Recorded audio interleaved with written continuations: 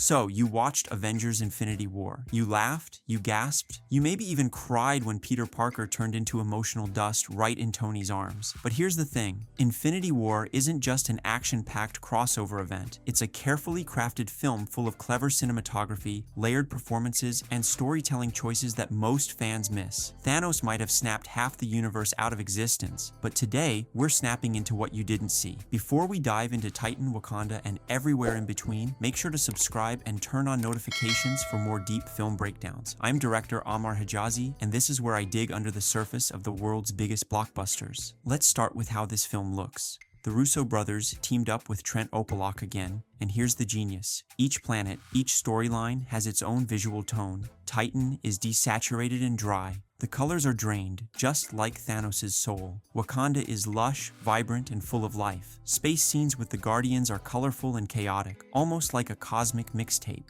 Now, look at how the camera moves. When the Avengers are together, you get smoother tracking shots, wider angles, teamwork. But when characters are separated or failing, like Thor in Nidavellir or Vision in Scotland, framing gets tighter, handheld, more personal. It's not just pretty, it reflects emotional tension. And fun fact, Thanos' scenes almost always include subtle low angles. Why? Because your brain sees him as dominant, even when he's calm. That's framing with intent. Let's give credit to Christopher Marcus and Stephen McFeely. They wrote a script that juggles 20+ heroes and still made it coherent. And here's the wild part. Infinity War isn't the Avengers movie, it's Thanos' movie. He has the most screen time, the clearest arc, and in his mind, he's the hero. The script leans into that. He's not a mustache-twirling villain. He's a cosmic eco-warrior with a god complex and a tragic backstory. But the real magic? The tiny character moments. Stark calling Peter the kid. Rocket asking Thor if he's okay, and Thor lying through his teeth. Wanda and Vision just wanting a moment of peace. These aren't filler, they're emotional investments, so when the snap comes, it hurts. Now let's talk performances, and no, I don't just mean crying over Spidey.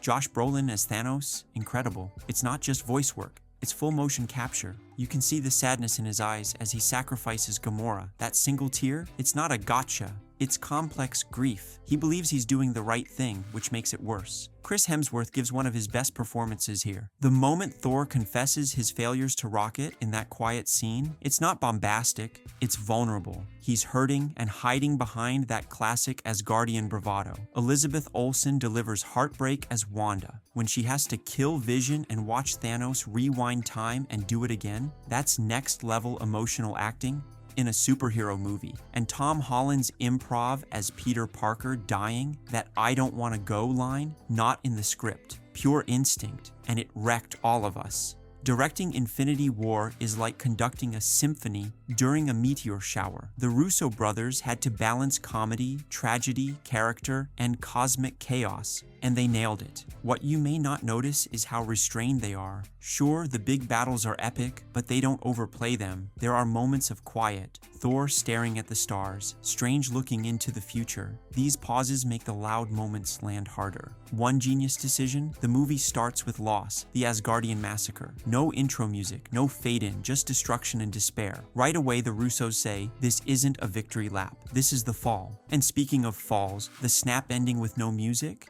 just silence and ash? That's gutsy, that's confidence in the moment. Let's dig into the subtle stuff. Thanos' armor is off at the end. Why? He sees his job as complete. He's no longer a warrior, he's a farmer, a twisted version of peace. When Gamora falls, the colors go red and black, symbolic of death and sacrifice. And the water reflection after, that's inspired by mythological underworlds. It's spiritual. Doctor Strange giving Tony the finger. No, not that one. The single finger. That one small gesture means this is the one path. And Tony remembers it in Endgame. Also, Cap versus Thanos. Cap holds off a god with one hand. The music swells, his face screams defiance. That's not just action, that's iconic resistance. Thank you for watching, and if this breakdown snapped open a new perspective, hit like, subscribe, and ring the notification bell for more cinematic deep dives. I'm director Ammar Hejazi, and I'll see you next time, where I keep uncovering the hidden heart of the biggest films in the galaxy.